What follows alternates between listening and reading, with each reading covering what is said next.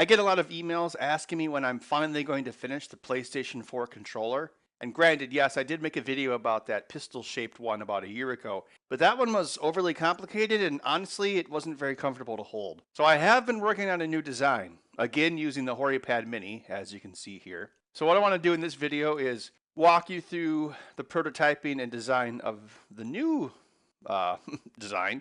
And yeah, we'll see if it works better. And I will do a right-handed one first, and then I will do a left-handed one because they both have their own challenges. What I want to do is use as much of the shell as possible of the Hori controller. Now here's the rear of it. Now with the Xbox modded controllers, I did a subtraction of the 3D model and then I butted it up against the controller. But I was able to do that because I actually bought a 3D model of the controller online off TurboSquid, I believe. But no such thing exists for the Hori because no one cares about it. And I don't know if I can exactly copy these curves. What I think I'm going to do instead is actually just redesign the entire rear of the controller, 3D print it, and that way I can control how the new buttons go on and even improve the old buttons. So what I'm going to do is I'm going to use my trusty old scanner. I'm going to use some Post-it notes to scan it in. Now, when a scanner scans, you know, the head goes back and forth like this, right? But the sensor isn't as wide as the page. The sensor's actually much smaller. So what it does is it has an anamorphic lens that takes the light and bends it down into a smaller sensor. So what that means is if you put something on the table like this, it's going to have more distortion in this direction than this direction. What we should do if we want the best resolution, or the best, I should say, accuracy, is take your object, put it in the center of the scanner, and then put as much of the object as possible in this axis. So in this case, since this is wider than it is tall, we're going to place it like that. So there will be some spherical distortion, but it will be less because it's in the center of the lens instead of the extremes of it. Okay, here is the scan from Photoshop. I have it now in Adobe Illustrator. So what I've done is I've started drawing lines to copy the shape of the controller. I mean, it's got a little lip on the edge here, so basically we just need to get the outer lip, and then we can just do an offset for the inner lip. We'll also need to reproduce these two support posts here and here that holds a circuit board. Then we have 1, 2, 3, 4, 5, 6 case screws. One of them is non-symmetrical. This is my main attempt. I've noticed there are some, consistencies, like those 4 screws are aligned on a rectangular basis. This one in the center is obviously centered. So how do we test this? Because, we're having to, compare this to something that's real. So we're going to use transparency film. Another great advantage of using a laser printer is you can print on transparency film because basically you're attaching plastic particles to plastic paper. So I'm just going to load one sheet at a time. You can't load more than one sheet at a time of this, otherwise they'll stick together, but you just put in one at a time and we'll print it off. I love this printer. I hope it never dies. I promise, I will never die. Hot off the press. I've got a piece of white paper in the background so I can see if the light through the screw holes matches up to the transparency. I know the transparency is a little hard to see with the camera, and actually when I did this the first time, I took it outside where there is, for all intents and purposes, unlimited light, at least for 6 billion more years. Okay, now that we know that it's lined up and the 2-dimensional aspect of it is correct, we can make it in 3 dimensions. I exported a DXF from Adobe Illustrator, and I brought the DXF into Autodesk Fusion 360. So here's our basic shape. I've added some tolerance and lips to it. And what I did to start was I just extruded the interface lip. So I'm going to print this and make sure it works before I do anything else. Got this off the printer. Still using my pink filament that Joseph Prusa gave me. It's a good general purpose I don't care filament color. See the mating point there? Let's see if it lines up. So that's what I recommend when you print stuff. Only print the smallest area possible that you need to test out a theory. Otherwise, you're going to waste a lot of time. Almost fits, but it seems like it needs to be a little wider on the x-axis. And I will do another iteration and get it right. I'm always worried there's going to be things on my desk that are going to dox me. Like this Wendy's code here. Hold on a second. It's not in focus. People won't be able to dox me. All right, there you go. Get your free shake. You're welcome. Here's the next one. Okay, this seems to be a good fit. I'm going to proceed and print more of the rear of the case. See, this is why I like 3D printers that load quickly, stay hot. There's no post-processing involved because I very rapidly iterate when I design. I'm usually redesigning something while the previous revision is printing. But the main thing I'm looking for is, yeah, there we go. Obviously I need to, add a fillet to that. Nice.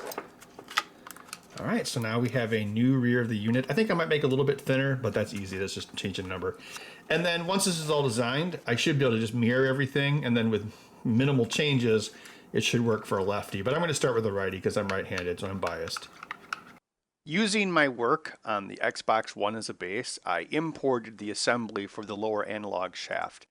Now on the Xbox One controller, this is not nearly as big, but the Xbox One controller already has a palm grip on it. So we need to extend a shaft out from the bottom of this Hori controller so adult players can get a good grip on it. But we also have to make sure it's printable. Now I've determined that 35 degrees in this direction and 10 degrees in this direction are the proper offsets for play. And also I have spots for the adjustment potentiometers as well. So inside of it, we have a recession here, just like the one we're in, and this will hold the PCB, or the piece of plastic representing a PCB, that will hold the analog stick. And so it's actually not screwed in place, it's just held mechanically in place by attaching the cap. If you look on this side, I have 4 mounting screws because we want to make sure this is strong. So I created this, the shaft interface. It's a big cylinder with tabs on the bottom that will connect with our assembly from another design, right? Now obviously this thing is too large, so what I need to do is I need to subtract it from the main body so I can remerge it. So I've created some primitives here. This represents the bottom of the controller, and it has a, I think it's like 0.2 inch chamfer on it. So what I can do with this is I can actually subtract from this shape and get a separate piece. But again, I still need to make sure that it's printable. All right, I printed the shaft, a couple different colors just to show the pieces. And here is the analog stick. They actually use a larger analog stick on the Hori than they do on like the PlayStation 4 and Xbox One. So this is actually a more primitive stick. This is what you'd have on like the PlayStation 2 actually. All right, so we place the joystick and the plastic PCB into the recession there, and then we put this cap on top. This is a little different than the one I made for the Xbox. It's a little beefier, although you have to snake it around the analog stick. I'm also using the analog caps from the Xbox One, not the ones that came with the Hori pad, because oh darn it, I got this on backwards. It only fits one way apparently. I designed this to come off. Let's face it, this is not the worst thing you've caught me doing. Oh yeah. What we can do is we can put the, well, we have to move the L2 trigger over here. So we can put the L2 trigger right there. We could actually probably build that as part of this piece of plastic. For those who don't know, the idea is the lower analog stick goes against your leg, and then up, down, left, right. So you basically actually wire this in reverse. I haven't seen this many gratuitous crotch shots since Labyrinth. So the secondary trigger, I'm going to look at it in space. I'm going to have it match the angle of the controller versus the front, so that's going to be 10 degrees. And I've got it kind of floating in space here, and the reason there's a slit in it is that's so I can put a little piece of plastic in there and keep it from popping out. Because again, it's very important to think about how you print things. So this would obviously print on one of these surfaces, which means if you had a piece of plastic sticking out here on either side, it wouldn't print flat. And what I can do is I can test all these pieces individually. I can print this piece, then I can print this piece. And then once I know that they work, I can actually combine the models. So the trigger hinge will actually be inside of the rear of the unit, which is another advantage to or rebuilding the entire rear of the case. I can add whatever I want customized. And right here you can see where the chamfer of the case is subtracted from this. So again, we'll probably merge that, although if you think about it, like how do you print this piece, right? Because if we turn off this lower part, so I mean, where's the flat portion? Like you can't really print from here. You can't print from here. You need a flat portion to print from. Again, unless you have a powder deposition laser sintering machine, which I don't. All right, time for the upper trigger. So what I'm going to do is I'm going to make a cutout in the case. So it's kind of near the secondary trigger. Obviously, we don't want people's fingers to intersect and make a mess, but this should be all right. Now, originally, the L2 trigger or R2 trigger on the Hori was just a bigger button. It's kind of lame, so I'm going to make this more of a trigger. So what we'll do here is we'll have a slot where we can put another rod. The 3D representation I made of those analog buttons, I had that left over from the previous PlayStation 4 project. So obviously this little PCB is mounted to the front half of the unit, so we have to make sure we have decent tolerance around it. See my tolerance? So we have decent tolerance, so when we put the halves together, it's not a struggle. Okay, you may remember this from the screen. It was like a whole 2 minutes ago. And then I've taken the interface tabs and connected them with the trigger frame. And see how it has a flat surface? That allows us to print it like that. And that will come into effect later. But for now, let's assemble this. Okay, nice and tight, that's good. You want it as tight as possible, but still with enough tolerance to fit it together. At least with my maker gear, it can usually 10, I hate this term, but 10 mils is usually sufficient on each side. So like if you have a circle that you want to fit into another circle, you would offset it by 10 mils on the side, or you'd make a circle that's 20 mils bigger. It's so dumb because mils is an imperial unit, but it sounds like millimeter, right? They should call it like king's whiskers or something. All right, so you can see right down the shaft, so that's so we can, obviously get the wiring to it. All right, now I have some slits here, and one of the slits is for the little circuit board. See how it's got these nice little separate circuit boards? That will be advantageous to us because we can just desolder one and stick it in here. Here's the rear half of the unit, or at least part of it. Again, I only printed what was necessary to complete this test. Here's the trigger. See, that's the plastic I was talking about. See, if it's off to the side, you can't print it like that or that, so I actually just cram it in after the fact. And what that will do is it will prevent the trigger from flopping out this way. It's just a nice quality of life thing to have. It's a circle of life. Ooh, and it, what does it do? What does a circle of life do? It moves us all?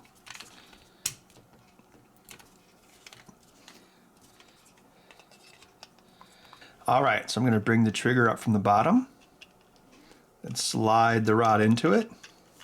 Cool. Now I could probably glue that in place, but for now, there's the trigger moving.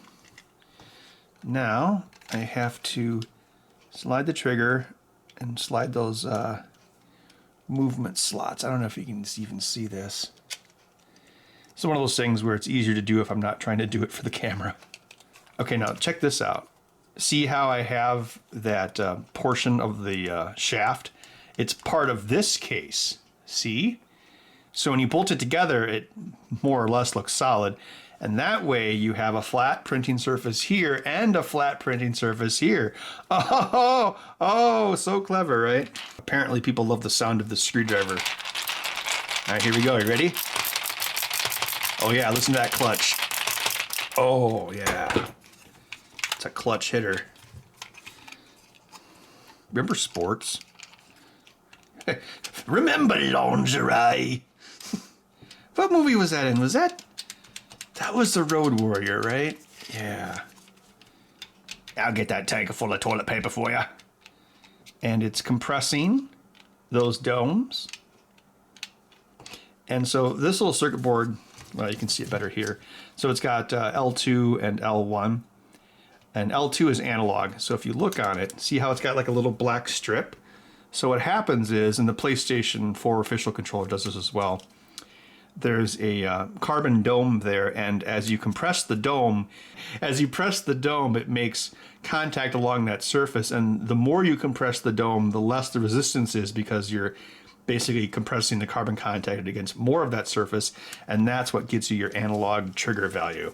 It's a little janky compared to like the Xbox, which uses a nice Hall effect sensor, just like a fighter jet, but it works. I am glad to see that Sony finally updated their controller for the PlayStation 5.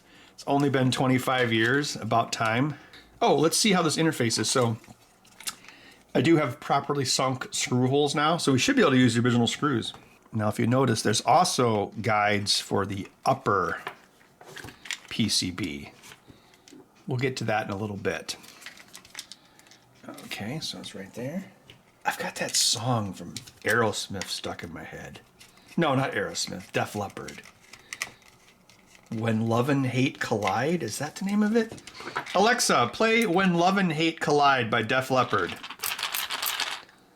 When Love and Hate Collide by Def Leppard is only available with Amazon Music Unlimited. Here's a station based on When Love and Hate Collide. All right, even though that song is only included with Amazon Music Unlimited, which I'm not going to pay for, it was indeed by Def Leppard. Just make the other. Oh, 3D printers are so awesome. Yeah, this is good. All right. Yeah, so what I think I'm going to do is I'm going to figure out how to make this trigger. See, we have spots for it, so we can probably use the original bumper trigger, but for this, I think we can make something better. We can make something closer to this, even though it looks like the rod fell out again. All right, so here's the secondary trigger. Now, I think I am going to actually put some, thought into making everything look cool and color coordinated. The rod through and drop it down. See? And I could put a little glue on that, although the case should hold it in place. Move, and just like the other one, it's got a little piece of plastic, so it doesn't go any further out than its full extremity. I should put a little dab of glue on that just so it doesn't fall out and make me, go into a rage. All right. Now we've got a nice throw, and yeah, there's pretty good separation there.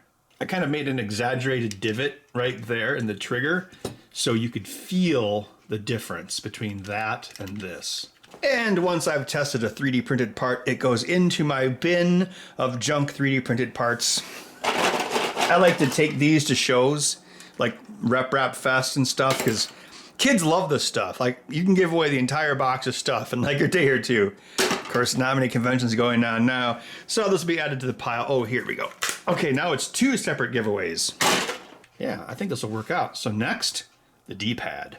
Okay, here's my plan for the D-pad. I brought in the same file that I use on the Xbox 360. It holds a small circuit board that I get made at Macrofab, which is a company a friend of mine helped found. And then I put a frame around it here. So my thought is that will slide into a slot on the rear half of the controller along with some tolerance there. And I don't want to print that with the controller back half because, yeah, see how it's raised? So again, you need to have a flat portion. So we can print this piece flat and then slot it into place and then fasten it with screws here and on the inside, because that D-pad flapping in the breeze, that's something that could break, so we'll make sure that it's nice and strong. So I think I'll print this and see if it snaps into the controller.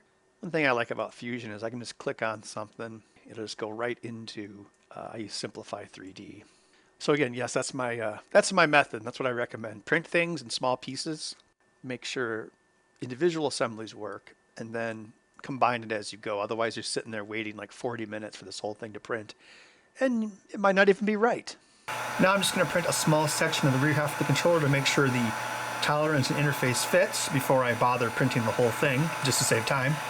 Something I really like about the Maker Gear is it's completely open. It's not like in an enclosure, so you can reach in and grab the parts or, fix the filament really easily. It's not, hidden from you or obstructed. All right, let's see if it fits. I'm not even going to pull it off the printer. It seems like this tolerance is okay, but these gaps aren't quite wide enough.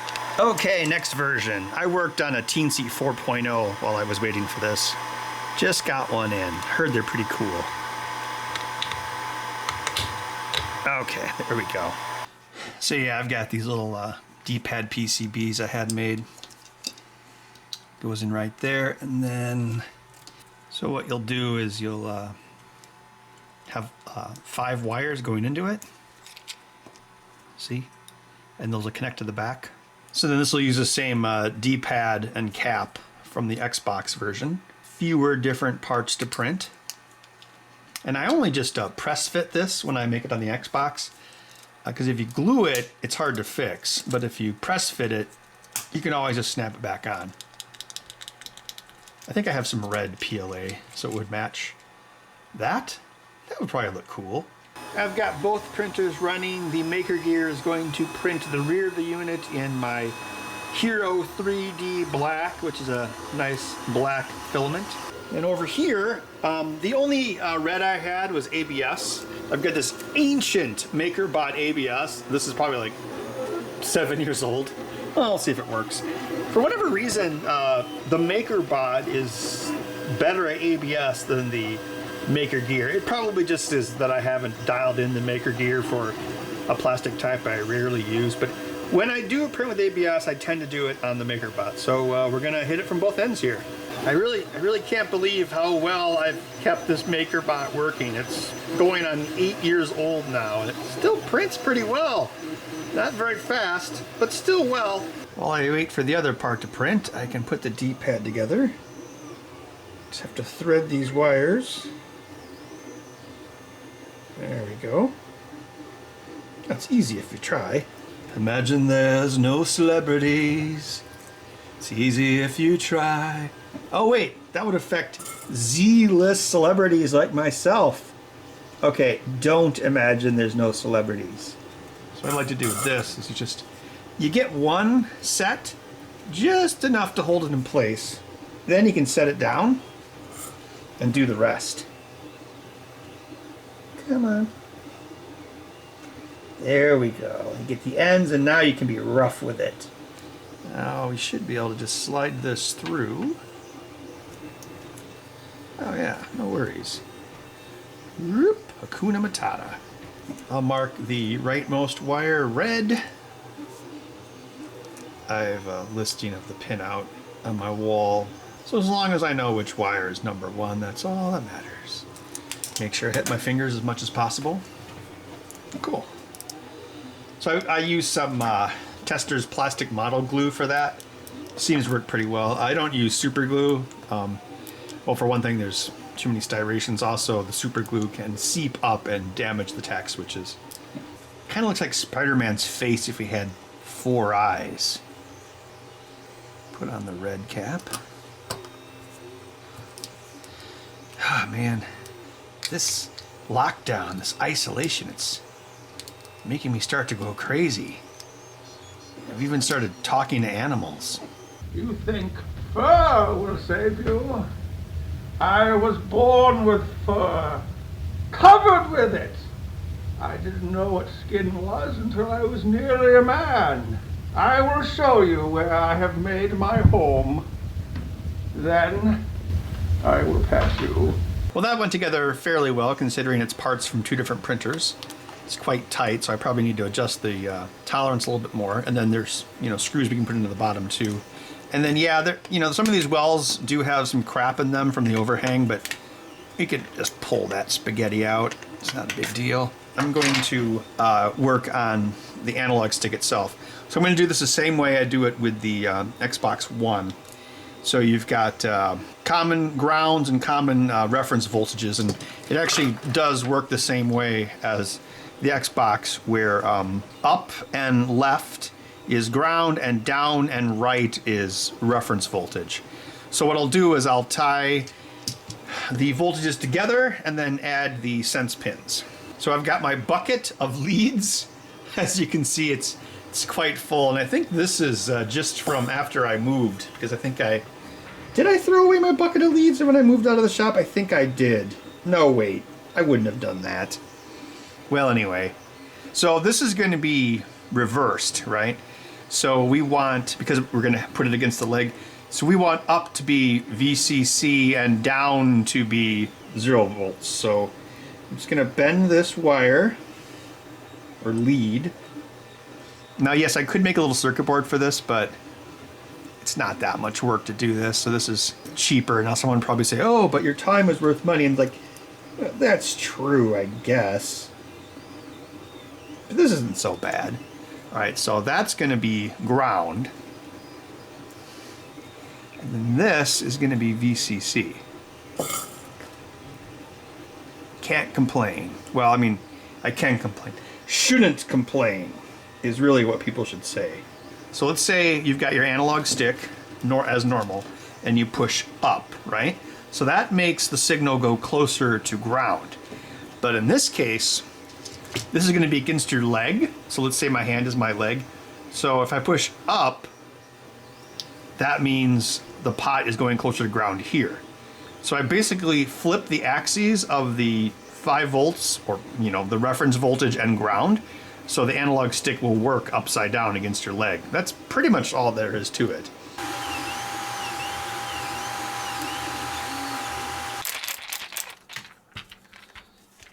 Oh yeah, that looks cool with that silvery plastic. Anyway, I'm a little concerned the D-pad. Yeah, I mean, that's what I do on the Xbox as well, but the Xbox is like right there, and this might be a little bit too far for the thumb. Well, now I can quite literally get a feel for the controller. It's all good, everything's within reach. But, yeah, I don't think the D-pad's gonna work over there. I mean, I have adult size hands, and they're, I don't know, pretty average size hands, and yeah. I think I'm gonna have to move this D-pad probably just under this joystick, and then, see, then the tip of my thumb could get all the directions. I redesigned the D-pad to be in the center of the controller, but at a 35 and 10 degree angle facing your thumb. Okay, I printed this up, so it will fit about like that. See how it has the curve to fit the plastic? And then just like before, I have a flat portion so it can print and then mate with a similar curve on the bottom of the unit. I mean, I can adjust this actually. I can slide the part back and forth. So I think what I'll do is I'll put the D-pad in and just see how it feels. So instead of having to go flat with your thumb, it's angled for your thumb. And as long as the stick's not hitting it, it should be good. I mean, if you did that, you'd hit it. And the analog is, and the D-pad is pretty much centered on the controller in the drawing. So I'm just gonna eyeball this, hot glue it in place, just a little bit of hot glue. The colors are a pretty good match. It even has kind of the same amount of dull sheen, you know, like Charlie's boring brother. I mean, if you go down to the left, you do kind of hit it with your thumb, but it's not too bad. Up, down, left, right. Call in an airstrike, or whatever these buttons do. You know what? I think that's the way to go. Yeah. Okay, well, I'll just double check the position's correct, and then I'll have a cylinder coming down here, and then I'll combine that into the lower half of the unit so we have a contiguous shape just like we do here. And then we'll mount it, let's see here. So we have those 2 existing holes. What I can do is I can get some screws that are long enough so it'll actually bolt into the red plastic, and then underneath we'll have a screw going through the black plastic into the red. So we'll have 3 screw points to hold that in place.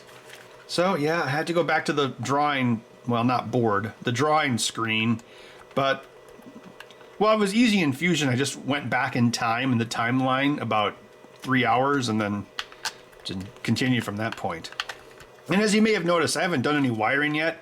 It's because the wiring is straightforward, you just have to do it. This is all about physicality. Reprinted this with a section at the bottom for the D-pad. Let's make sure this all fits still. So the reason I'm doing this test first is because we have to align this based off the shaft at the bottom. See? So we have a reference. So what I'm going to do is just use just a little tiny bit of hot glue, not much. Now what I'll do is I'll drill a 2mm hole through those shafts and then attach it to the plastic. Hopefully I don't smash anything in the process. Okay, I can feel the ABS. There we go. Might have saw the bit go through there.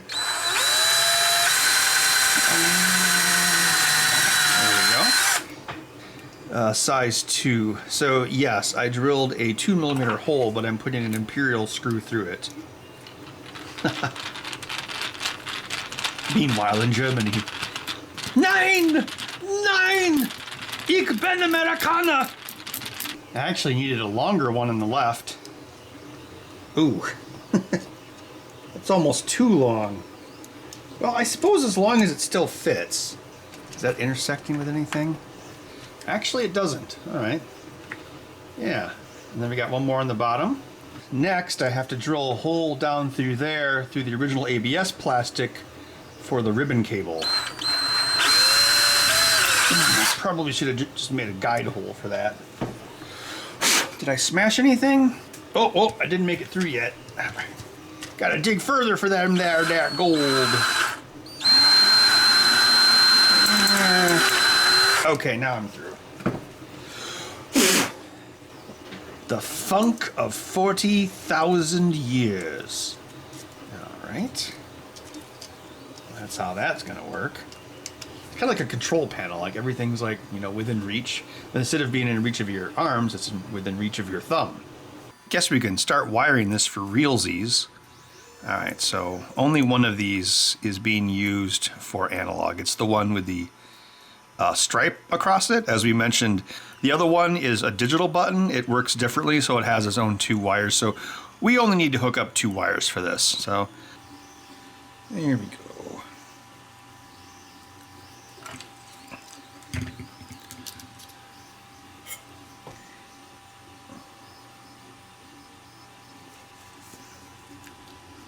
That's how you solder with only 2 hands. And then now I've added a screw post inside of this shaft as well, and that's actually going to go up into this meat here. That'll keep that nice and flat. Witcher went to school with 27 Yennifers. All right. A little more tightness here.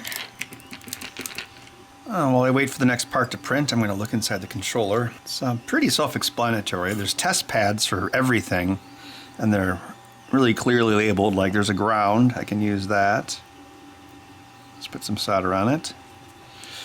Then down for the D-pad. So what I'll do is I'll run this ribbon cable from the D-pad over here, and then realize that I have way more wire than I need. And I will wire it up to the test points, and then it will work. Let's get this controller out onto a tray. Nice. Oh, nice hiss. The Xbox One does have test pads, unlike the PlayStation 4 controller, but they are much, much smaller than these. So this is like a piece of cake in comparison. So what I save on wiring with this controller, I can spend on, 3D printing parts. So one part's more difficult, another part is easier, so averages out. Yes, I am doing a very hacky shortcut with this. So I either use my fingernails to strip it out, or you can just hit the tip of it with some solder and the plastic should contract. It's not the proper way to do it, but it works. Yeah, and then I'll do the same thing here for the left bumper and the right trigger. So these are surface mount tack switches, and I just put these on. I just eyeballed these, but once I have them in place, I'll scan it into the computer and then make a jig for placing them in the future. That's another thing that's kind of annoying about the PlayStation 4 controller, is it has different voltage references. Also, they change the design of it constantly.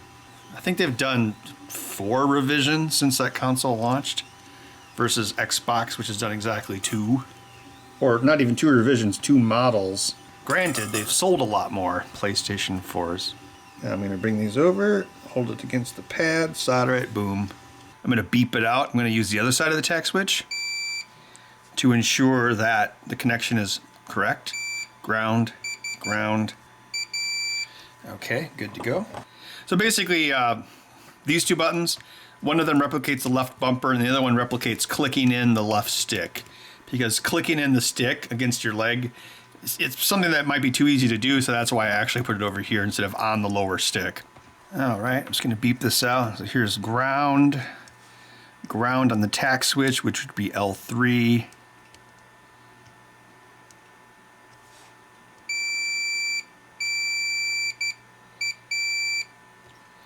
Oh, you know why that doesn't work? Because this is a single-sided circuit board. So if there's nothing in the frame, see, this contacts ground, but this doesn't, see? Because the frame is missing. So, okay, but yeah, so they would go to ground. So we can use a common ground for those two buttons. So I'll hook up LB wire there and then the L3 wire there. Or I guess I could hook it up over here. It's even labeled, look at that. I love when you're doing this kind of stuff. And it's like you're looking at something upside down and backwards and then also mirrored.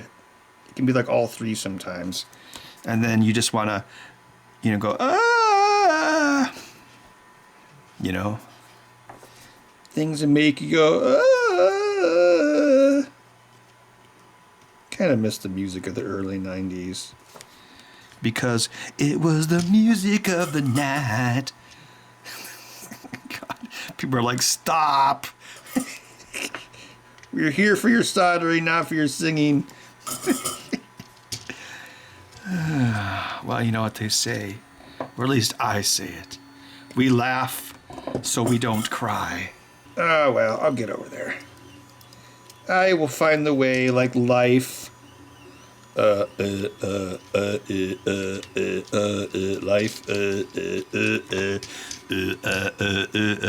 finds a way. Jeff Goldblum doesn't really act anymore. I don't think he actually ever did. He just, it's like, do you need a Jeff Goldblum in your movie? And then Wes Anderson's like, well, of course I do. And then he's like, okay. Oh, I saw someone in the comments complaining about my nails. Yeah, here. Look at that. Nipix goes through anything. I normally get pedicures, you know. But with all the nail salons closed, Nipix is my only hope. Okay, so it's an analog stick. So it's got potentiometer with ground, voltage reference, and then the center is how it actually detects the position. But the grounds are connected to each other, as is the positive voltage reference. So you actually need ground, voltage, and then each signal, so 4 wires. And since I'm starting to connect things between the halves, I need to start thinking about how it all goes together. So it kind of go like a book like that. So I always try to figure out where the hinge is, so to speak. And we gotta go through the shaft. Okay, there we go. Same deal, I gotta think about a path for the wire. So I don't have to hook up over here, I can hook up right there. So I can just do this and come over. That's probably the easiest.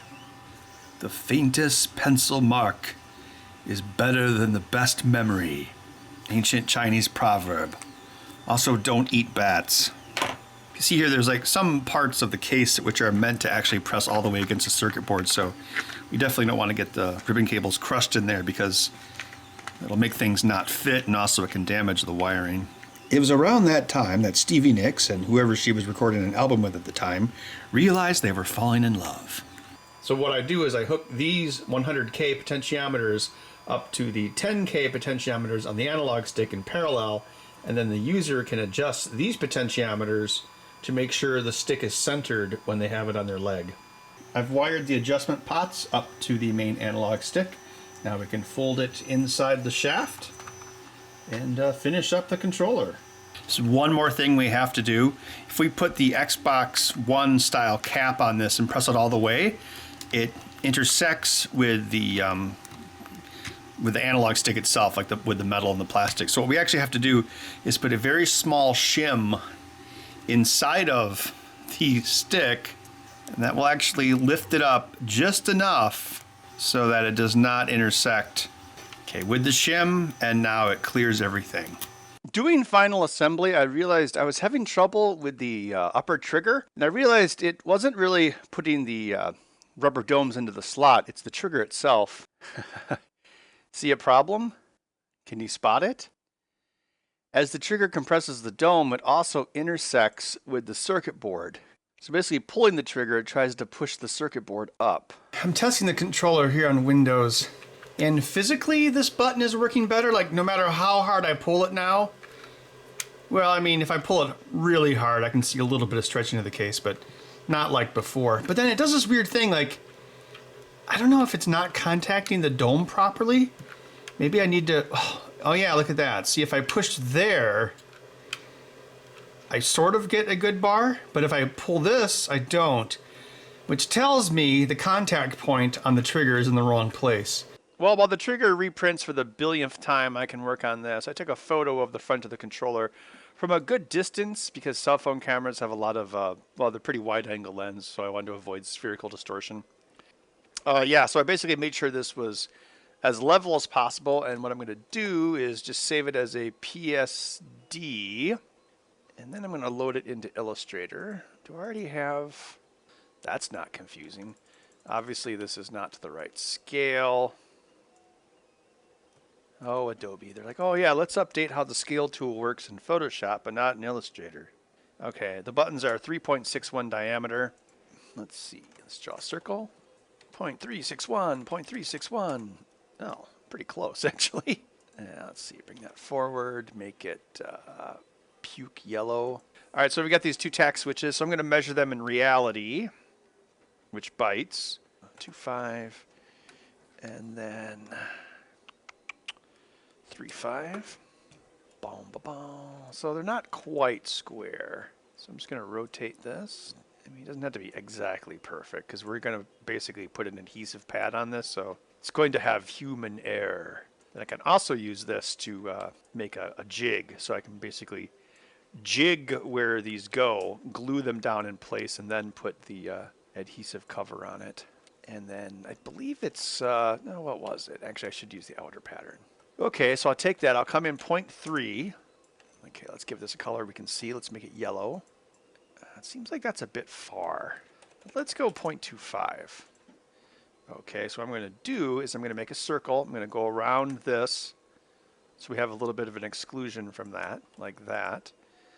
Then I'm going to make a square like this. I'm going to combine that square or intersect it with no overlapping paths. Oh, you son of a beeswax. So, you know the dirty little secret with Adobe Cloud is it's way more expensive than Adobe used to be?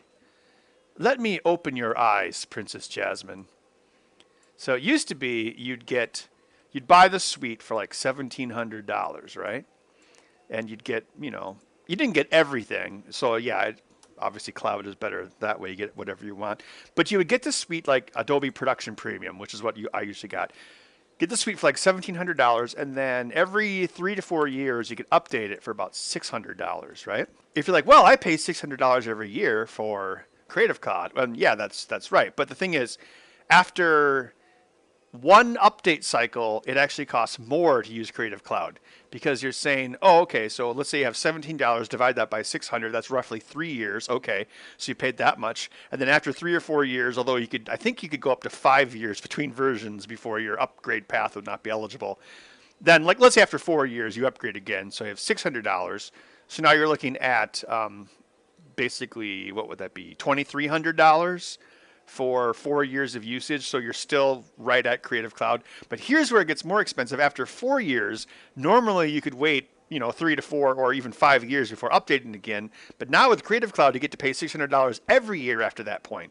So basically, yes, after 4 years, Creative Cloud becomes more expensive than the old software model used to be at Adobe.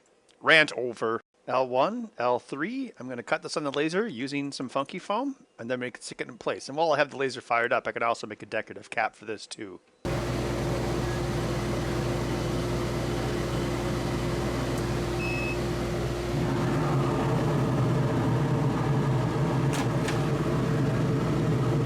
Let's try this. Fits like a glove. Just got to make sure the X button is still pressable. Is that a word? So yeah, you can hit that with the, I don't know if that's called the ball of your thumb, whatever, that. Pew, pew, pew, pew, pew, pew, pew, pew, pew.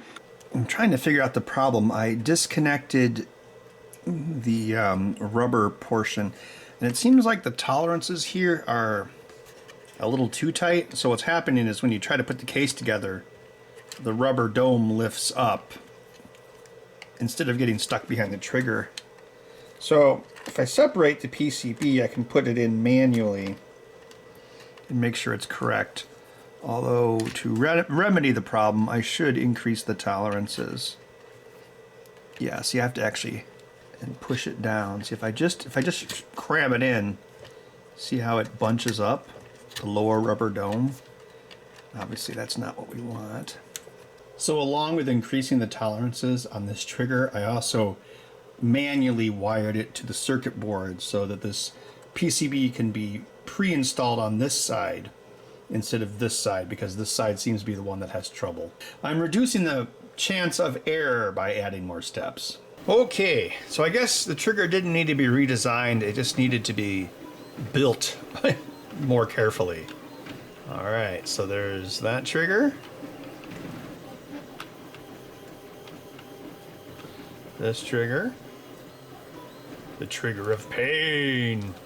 I think what happened was, by putting the PCB in the rear half of the unit for this trigger, it misaligned it from where it should be for this L1 button. So what I did was actually reprinted a new L1 button that has an actuator a little bit further that way. So now both that trigger and L1 are easy to reach. And I also bumped up L1 quite a bit. I raised it up and gave it a fillet, so you know it's really easy to hit. So instead of having to like dig down to go to a button like that, you just bump into that one. All right, so that's the right-handed unit. I'm waiting for another one of these Hori Mini pads to arrive in the mail, and then I can make the left-handed version. Okay, so the left-handed version. I'm gonna take this shape here and look inside of it.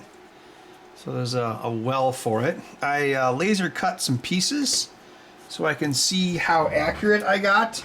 This is the first one for the D-pad. Now I'm not gonna have a D-pad shape, I just wanna see how close I got. It's pretty good, and this is funny. This is a very Japanese product, but this is all clearly an inch. It's like exactly an inch, then 0.375. It's kind of funny. Oh, I didn't round. Well, again, that doesn't really matter. I just want to make sure I got the shape correct. So what I'm going to do is I'm going to have another piece of plastic on the inside. That's going to act like a faux circuit board. It'll hold 4 tack switches for the buttons. So yeah, anyway, so this... There's actually a little notch at the top because the top switch is ever so slightly lower than the other ones. Okay. Okay, I 3D printed this to hold the tack switches. Now we'll insert as such. Now if you look there, that's actually the post that the PCB sits on, but we need to have a little bit of space, which there is. Now normally that little bit of space would be for the thickness of the rubber, at least for the edge portion of it. But in this case, we need that space so we can run wires to the tack switches and also for the leads of the tack switches. So I used to make these buttons out of PLA, but they would crack. So I use Ninja Flex. It's slower, but it's more secure. I mean, I could, you know, glue it a little bit, but the idea is you can run a screw through that into the cap, and then you can actually squeeze fit it by driving the screw. You'll basically pinch both sides onto the red plastic. All right, let's put this in here. You can see we have little shafts there to hold it against the cross shape. Now we have our new printed buttons and then the 3D printed cap. This one's just flat. And I'm going to try putting the screw in through the front of it. If I put the screw into the back, then I have to have enough meat in this cap for the screw to grab onto, but you know, I can't make this cap that thick. But if I put the screw in front of the cap, all it needs to do is hold on to a little bit of the cap, almost like a washer. And the screw can go into the main shaft of that inner black portion. Single screw holds it in place. And because I have those lips there, this can't rotate. Well, I mean, it can't rotate for a variety of reasons. There's a lot of things holding it in. And the test pads for the 4 face buttons are even more obvious and easier to wire than the D-pad test pads were. So I'll just take this over there, like that. So aside from those 4 face buttons, the rest of it is exactly the same, just mirrored. See, the lower flange of that trigger actually comes up through the slot behind the PCB. And the reason I did that was because I didn't want a huge visible gap here. I wanted it to be continuous. So if you do push hard enough, it will pop the circuit board out. However, you know, with the top half of the case in place, that shouldn't be possible. So I'm going to snake this, just like before, I'm going to snake this through behind that post. That'll just help wrangle it just a little bit more. For the lower analog stick, I'm going to run the wires on this side still, because obviously those tabs don't change position. And then I'm going to run it across and down into the secondary shaft. With this controller, if I can separate the wires as much as possible on either side, it will make it easier when I sandwich this together. It's more to keep it out of my way than anything. Yes, you lick your thumb, you hit the hot glue, you'll be fine. Put the new 3D printed L1 button in place, then I can fold it up. So there we go, the left-handed unit. So it's really not much different, it's just mirrored. Some of the wires inside are arranged differently, and of course I've duplicated these face buttons over here. Alright, I gotta find the app on my phone to turn off that light bulb. Oh, here we go, Philips Hue. Oh, well, first I had to update my PlayStation, now I have to update my light bulbs. I hate the future. Aim with this finger? What's all the aiming's all the same, okay. Here we go. Well, I guess that's not a shotgun, could have fooled me. Something's glitched out with this. Maybe my PlayStation is dying. No, my PlayStation. My PlayStation 4 Pro, which sounds like a jet engine. What's R3 do? Okay, that's melee. Then L3, oh, I think that's like a dash? Okay, so square is jump. I don't want to shoot my friends. Oh, that's hide. Oh yeah, the D-pad tells your teammates to like attack and stuff. Let's make sure that's all working. Looks like it. All right, well, looks like the left-handed controller does everything it needs to. Let's try the right.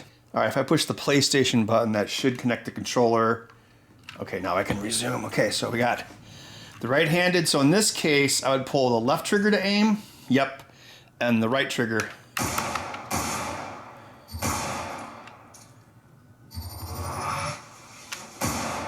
Oh, okay, I see. Oh yeah, that's some sort of release mechanism. That's probably why there seems to be lag.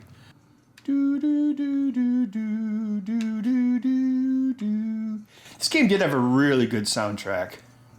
Where is run? Is that the left stick? Okay, that's what that does. All right.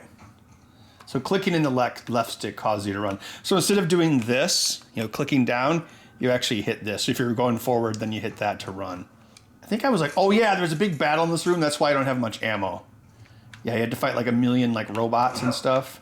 Let's try the D-pad. Left, right, up, down. Of course, there's no one for my teammates to attack.